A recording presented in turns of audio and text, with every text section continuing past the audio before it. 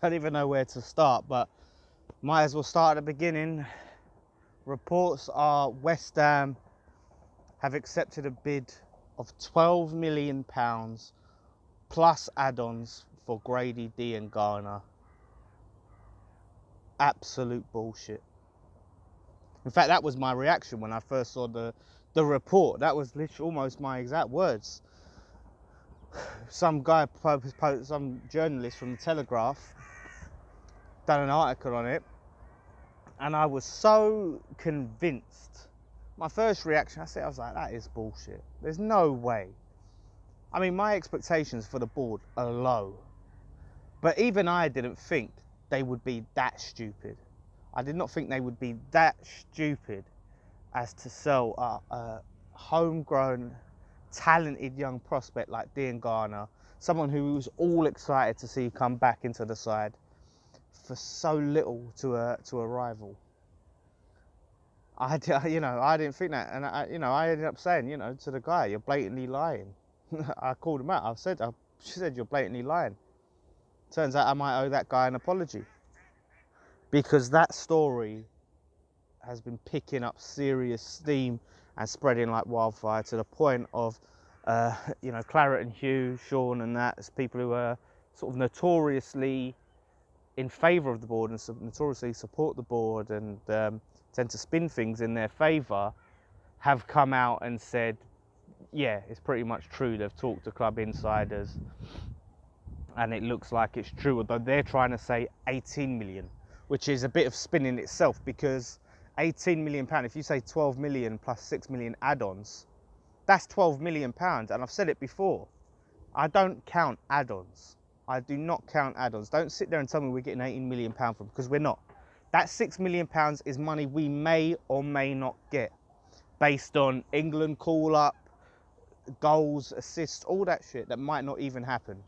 All these targets, you cannot bank on money you may or may not get. You cannot spend against money you may or may not get. So don't sit there and try and tell me it's 18 million. It's 12 million measly pounds for a player as talented and as promising as Diangana. It is absolutely ridiculous. I mean, and it just compounds it, doesn't it? Like the same way we undersold Hugh Gill and the Jetty. That is the icing on the cake. That is the cherry on top of this awful, awful business we've done this summer. But this is fucking horrendous. The one bit of excitement I had for this season was to see Diangana back and to see what he could do, after having that full season, having an amazing season for West Brom, being a big, big reason why they went up. And to see him back with West Ham, and after seeing him, in pre-season where he looked brilliant, involved in all 4 goals in the Ipswich game. Allaire was just saying the other day, literally, how excited he was to have Diangana back, to be playing with him and have him providing chances for him. So we finally get this player. This player looks like who Allaire's been crying out for, and then you sell him for £12 million to West Brom. I'm still holding out a sliver of hope that it is bullshit, but it's not looking good. Everywhere, Sky's reporting it. The story's spreading like wildfire. And I'm so tired. I'm just so sick and tired. Near enough, all the anger is just draining out of me, because it goes beyond anger. It gets to that point where it goes beyond anger and it just comes to, I don't even know what. It's just like that's it. That's all I can describe it as. The words on the tip of my brain. Indifference, that's it. That's when it gets bad. When you become indifferent and it sucks any hope, any passion, any joy you have for the game out of you. It's honestly, they're completely crushing and killing the fans. Things were bad.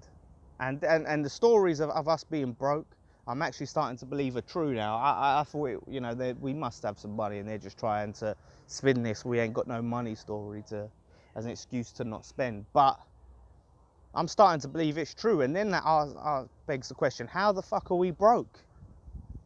How have we got no money? You know, we get over £100 million every year from TV rights, just from TV rights alone. So where's the money gone? You know, that obviously that doesn't include all the sponsorship deals we have, season tickets from last season. So people have been renewing this season, season tickets from this season. Match day tickets have had last season, merchandise.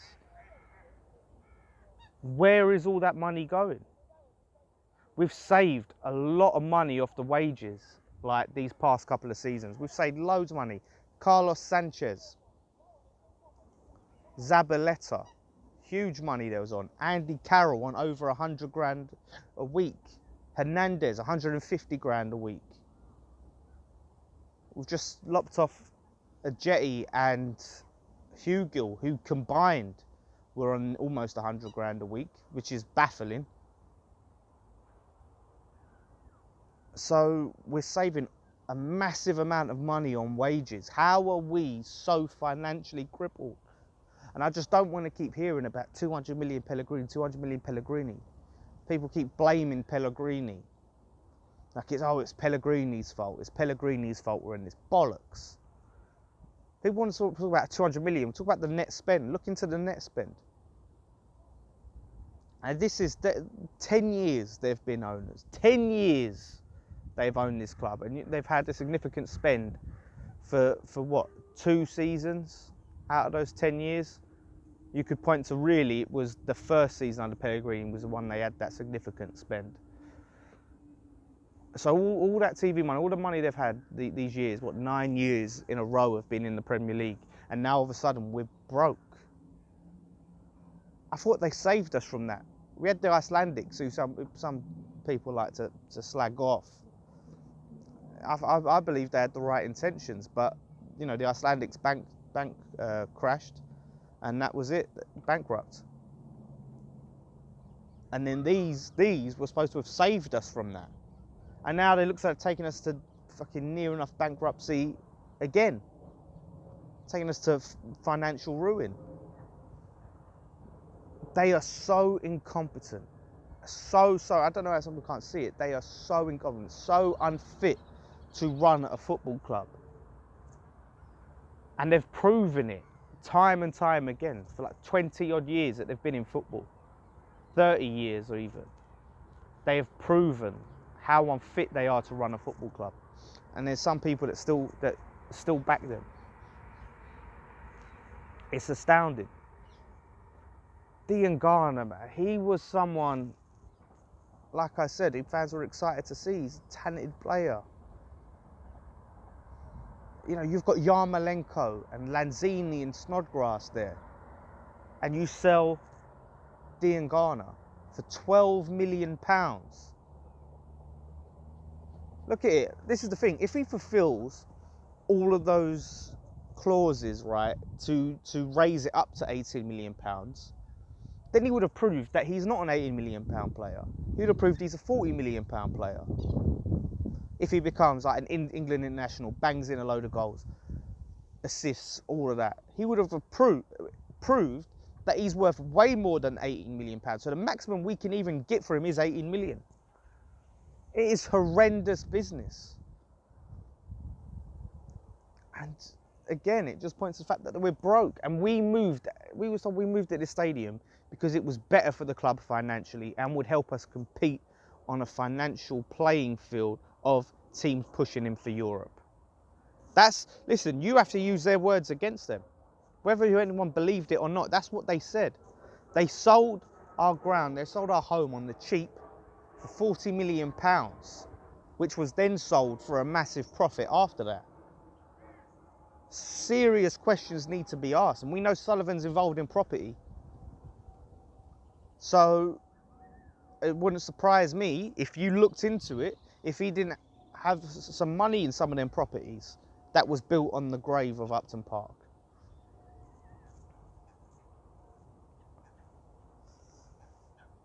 People are talking about Ben Rama. There's no guarantee we're going to get Ben Rama. Like, oh, we'll sell him. Look, for one, we're selling Diangana for 12 million. We ain't getting Ben Rama for 12 million. So you're selling this promising young player who's Premier League proven, by the way, Ben Rama isn't, to sign this other player from Brentford.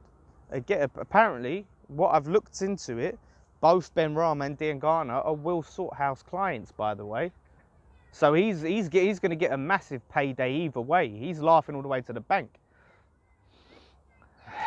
And this is what I said to Sean. I said, you're telling me we're selling a young, promising, homegrown player to grease the palms of Sullivan's favourite agent. And this is how we do business. You know, I just want us to be a professionally run club. I just want to, that's all I want. It's just a professional run club, not a laughing stock. You know, it brings us back to the, you know, we're in a circus anymore, we're run like a proper football club. I don't blame Noble for that at the time, but it's obviously come to look like a load of old bollocks. People are saying that, no, we are run like a circus. No, we're not run like a circus. That's an insult to circuses. Even circuses are run better than this football club. It's the only grain of hope that I hold out is that they're going to sell the club. That they are so close to selling this club. That is the only grain of hope that I hold out. People keep talking about the 2023. They're not going to sell beforehand because, you know, they will have to give a bit to the LLDC and want to maximise. No, listen. They're still going to make a massive profit on this club. Like I said, there's ways around it. They haven't got to wait to this fucking give this portion to the LLDC. If they wait till 2023 to sell this club, we'll be relegated, and then the club will be worth even less than the minus the 20-30% they'll have to give. It'll be worth even less. They're taking a huge gamble by them because, honestly, we've flirted with relegation time and time again under them, and it's only a matter of time. Questions have to be asked on David Moyes. What is he doing in all of this? Is he sanctioning this? Is he signing off on this? Or is he, you know, is it being done behind his back? But he has to have some sort of say in this. If he's just letting it happen, then he's a mug and a yes man. That's what we don't want. You know, I want to give David Moyes a chance this season. I am going to, look, whatever happens in the transfer window, I'm going to give David Moyes a chance. I mean, he's going to have to work miracles the way it stands. But what is he doing in this transfer window? That's what I want to know. Where does he fit in this? Is all of this being done behind his back and he has no control in transfers, over transfers? Or is he happy? Is he signing off on it? Does he agree with him? Where does he say? This is what I want to know from David Moyes. But either way, he's our manager, so we might as well back him. But can never ever back the board, ever. They have to go. And this is the thing, look, protests, social media campaigns, whatever, as much as you think it might not achieve anything, it doesn't cost anything to try. We might as well try.